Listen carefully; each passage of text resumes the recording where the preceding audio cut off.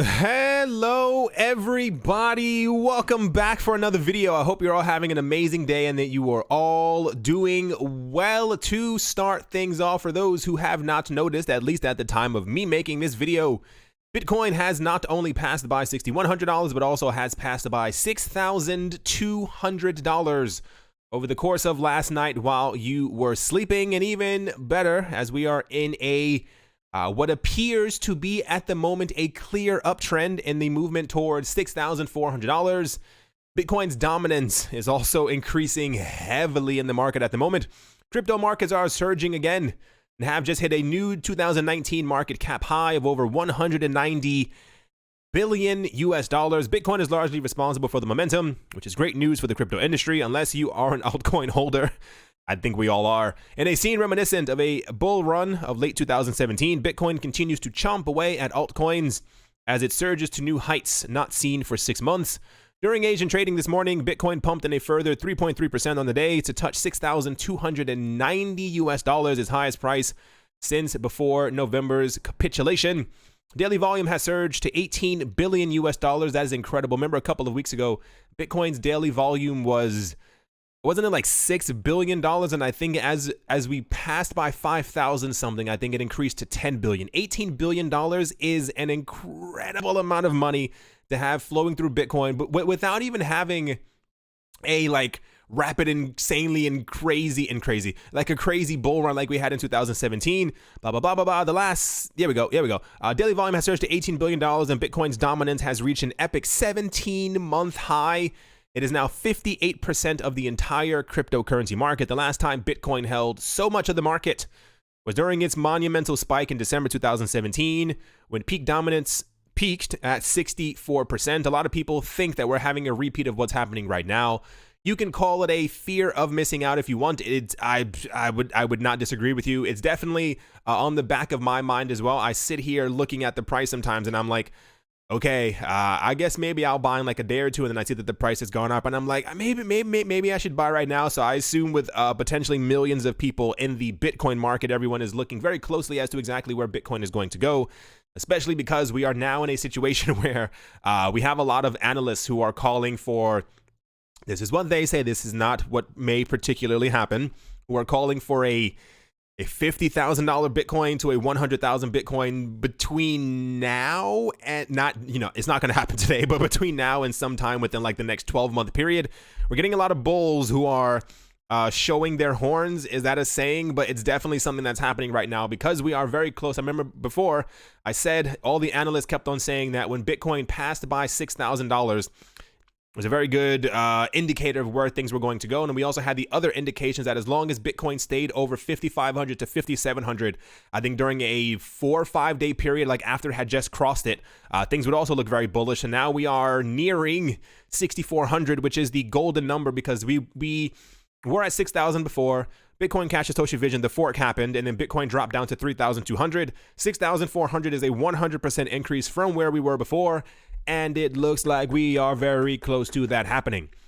I'm very excited if you couldn't tell. Sorry, let's move on. Next up, Litecoin has launched a new network upgrade.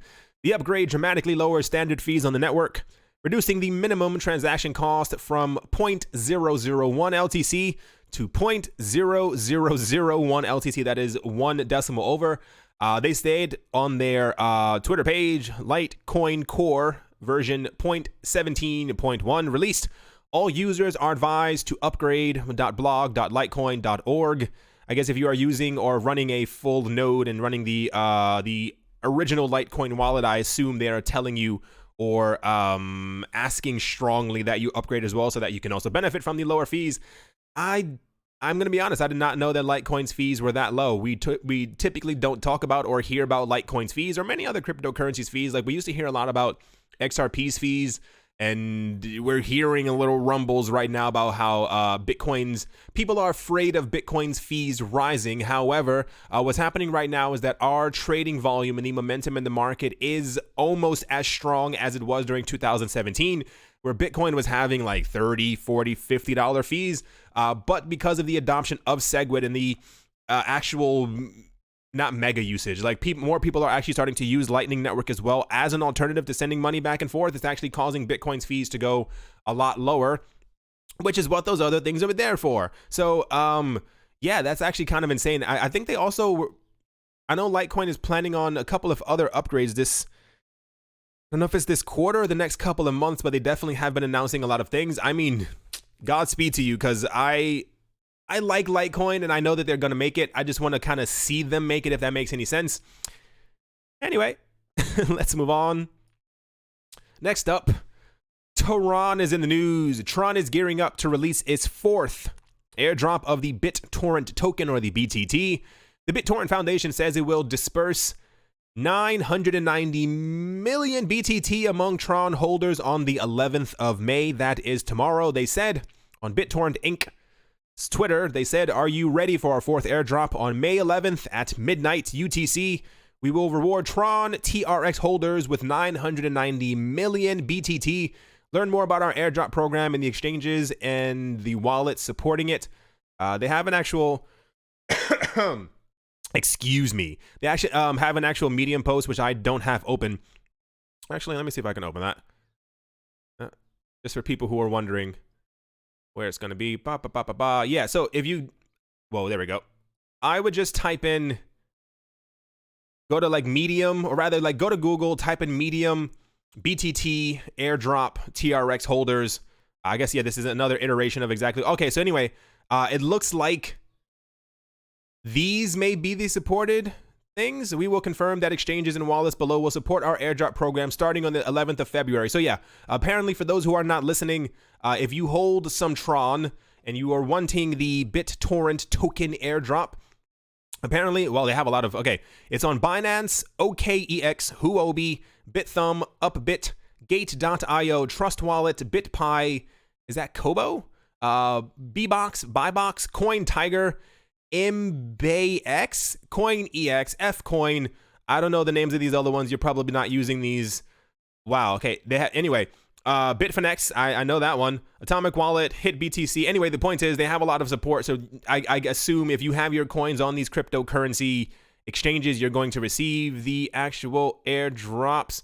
I'm looking for some. Wow, they have a lot of. Okay. Yeah. So anyway, Changelly as well. I only like airdrops, and I will be honest with you. The only reason I like airdrops is because I usually swap them into Bitcoin. It's like free Satoshis dropping from the air. That's just how I feel about it. I guess since we're all here, we'll talk about it. For those of you who don't remember, one of the main reasons why I'm also very bullish on the actual EOS platform is because when the bull market starts going and so blah blah blah, etc., we're expected to have hundreds, and that is not a fake number. I mean hundreds with an S of different apps and applications. Yeah, that works. Who are going to be building on top of the EOS platform, and with those, they're going to be doing tons of airdrops. So there's tons of free money. So it usually comes out to the more EOS that you hold, the more tokens that you actually get airdropped.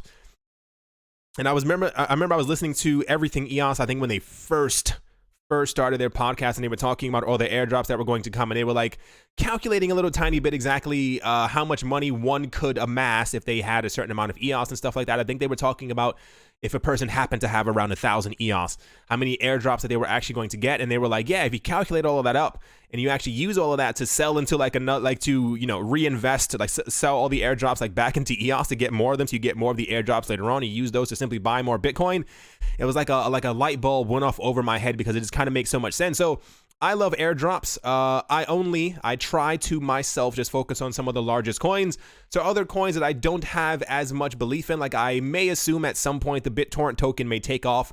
Tons of people may like it, but there is not going to be a point in our lifetimes probably where BitTorrent token ends up taking over XRP, Ethereum, or Bitcoin. So myself, I usually just swap these coins into a larger coin. Yeah, let's move on. Oh, there we go. Nope, that's it right there. There we go. Yeah, right here. Here we go.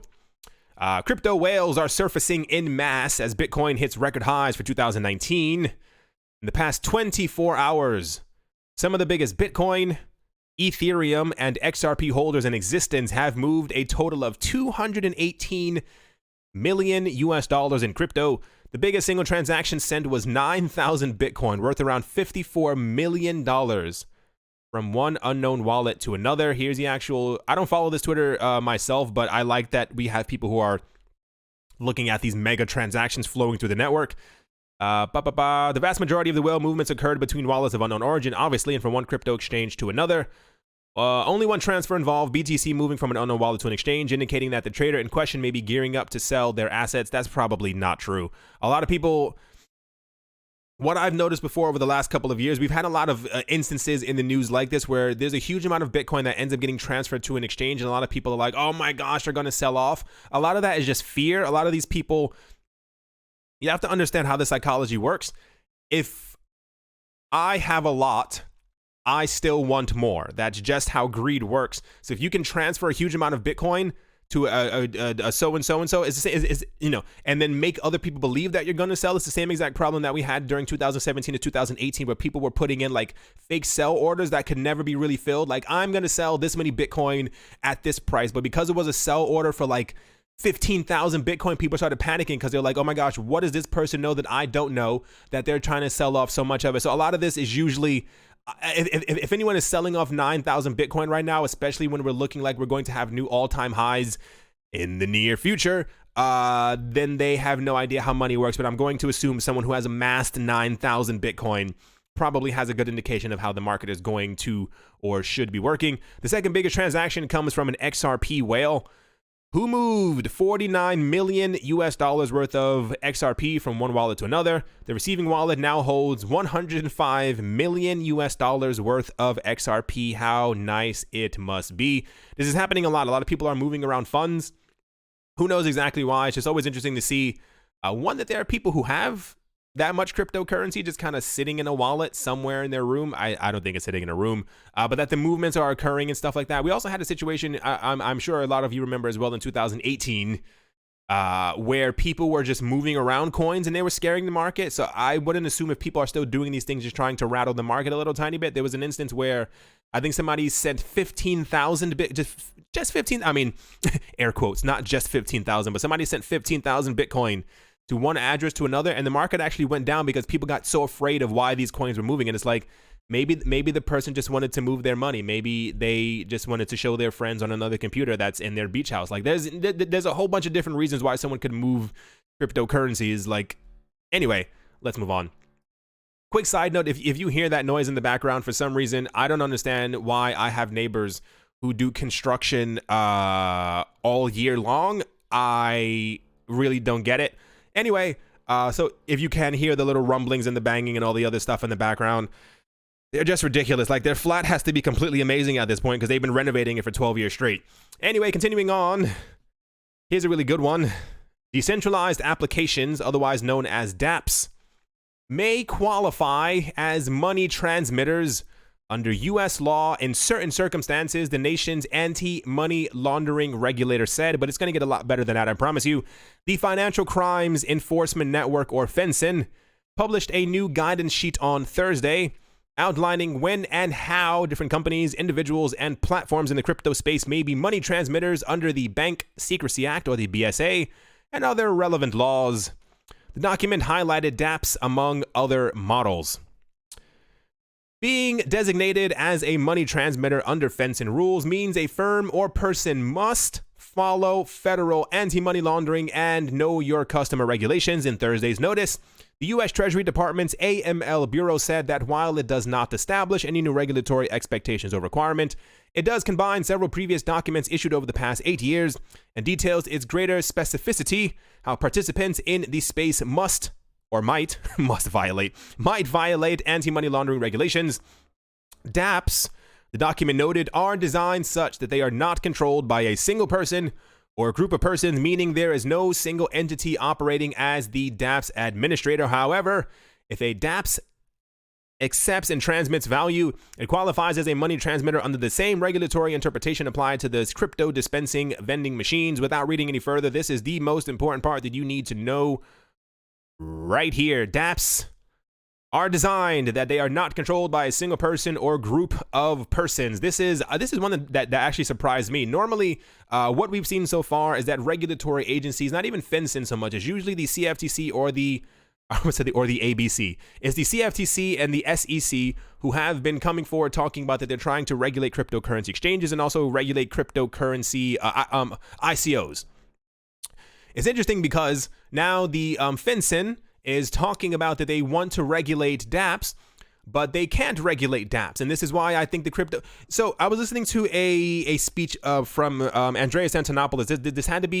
This was last year, and I think the speech was from 2017. And it's very interesting how people can foresee the future or kind of see where things are going. I assume that he has some other type of information or friends in higher places are maybe telling him stuff that's happening behind the scenes with regulators and just kind of, the things that I was going to say that they say, but for this instance, let's focus on Andreas Antonopoulos. He was saying that whenever something happens in the cryptocurrency space, what ends up happening is that people in the cryptocurrency space kind of double down. If there's a project that gets attacked because they're not decentralized enough, or they have like a base somewhere that you can kind of, attack their office, other people will then create a cryptocurrency such as like Grin and stuff like that, where no one really knows who created it. So it has like an extra layer of protection. When government started coming for ICOs, it was because these ICOs, they all had offices, they all had so and so and so. So people started launching or just pretty much switching over to the actual airdrop thing because, you can create a cryptocurrency, you can create a whole project in DApp and stuff like that that's built on another thing. No one can know who you are. And instead of trying to get funding for your actual cryptocurrency token when you want people to actually have it, you just release it as an airdrop. So it's just another thing. Like every single time, like there's a, what's the phrase? Every action has a reaction. I think that's the phrase for it. But in the cryptocurrency space, it's even more intense because I think people put stuff out there to see what regulators are going to do to it and exactly how they're going to kind of deal with it, if they're going to deal with it at all. And then people kind of double down on it even further. There's so many apps and dApps that are going to be planned and all this other stuff. And I mean, the fact that they say if it accepts and transmits value, that pretty much means that every single DApp that has a game on top of it, has any type of gambling thing, any type of betting thing, any type of prediction market, or is just sending the cryptocurrencies back and forth. Now FinCEN also wants to have some type of hand over it to say, hey, we also control you. But the problem is that with these decentralized things or whatever, a lot of people who are creating these things aren't even coming forward anymore. Like you'll have like a representative who may talk about it like through a Medium post or through some other thing. But the future is very interesting because we keep seeing this. I feel like they have to do it because I think the public expects them to do it. And I'm not saying that they're wrong or right for doing so, but I think as the FinCEN, you're probably expected to be like, hey, you kids over there, you know, get off my lawn. Like you have to kind of do something because you can't let this all run rampant. I'm pretty sure a lot of people will be deterred from creating a DApp because of this, but every or most of the dApps that have come out thus far, you either don't know who made them or they're so hyper decentralized that there's no real way of shutting them down. So this is why I said I was interested I found the article very interesting because of the wording of it and exactly how they kind of portrayed themselves, because it once again shows that they are demanding control over something that they cannot get control of. I was one other thing that I was listening to before we continue on, they were talking about it in a podcast. I can't remember which one because I listened to so many podcasts. They were saying that so many government agencies around the world, and this is, oh my gosh, I love it. They were saying in 2011, 2012, if any government in the world had paid attention to Bitcoin, they would have been able to squash it out immediately. There were so few transactions. There were so few people on the networks. Bitcoin's price was around $100. And even before that, when the price was around like 10 cents, $3, something like that, if any government had paid attention to the exact idea of Bitcoin and what Bitcoin was going to become, they could have, Google could have taken 5 of their mega computers and completely dismantled the entire Bitcoin network, and we would be having none of these conversations. But the fact of the matter is that as time has gone on, this is why we have the whole idea that every day that Bitcoin is around, every single day, every 24-hour period, the Bitcoin network only becomes stronger and stronger. And I don't know, it's just very fast. It's like this time doesn't heal all. That's not the phrase that I'm trying to say. It's just this really interesting that the world as we know it is going to change even further. And I still wonder exactly how these organizations are going to completely deal with it, because they have come to the realization that they cannot control, I don't want to say every cryptocurrency, because there are definitely some cryptocurrencies who can be swept under the rug really quick. But a lot of the stuff that's happening, like, we're going to live in a very hyper decentralized world. And this is why I think we get information from the SEC, like we had yesterday, where they're talking about that they want to like be more involved and learn a bit more, because I can tell that they know and understand that everything is kind of not going well for them. It's like it just has to be a really weird thing where you believe that you sit in an office and you have control over financial products all around the world, not even just within the US, and then you figure out that someone created a computer code 10 years ago that has branched off and created, you know, thousands of other coins and tokens and projects and stuff like that, and you don't really have control over them. It's very, very fascinating, at least to me. I mean, I'm pretty sure at some point we're going to have another government agency from the US who's going to come forward talking about that they want control over something else, but they won't be able to do it because everyone is shifting over to these other models. Like anything that kind of gets pointed at or says we're going to control you, there's another decentralized model that we can pick up immediately, start building, tell other people to start building as well, and then who has control over it? No one. That's the point of decentralization. It's very, very fascinating. Like, it's just this computer mathematics thing. I find it very cool. To kind of finish things off, the government of Liechtenstein announced that it has passed new tokenization, virtual asset server provider, and blockchain regulation in a press release published on the 8th of May. Per the release, the new Token and VT Service Providers Act, passed on the 7th of May, aims to improve investor protection, combat money laundering, and establish clarity. The announcement also cites tokenized securities and how digital token systems can be used to tokenize real-world assets.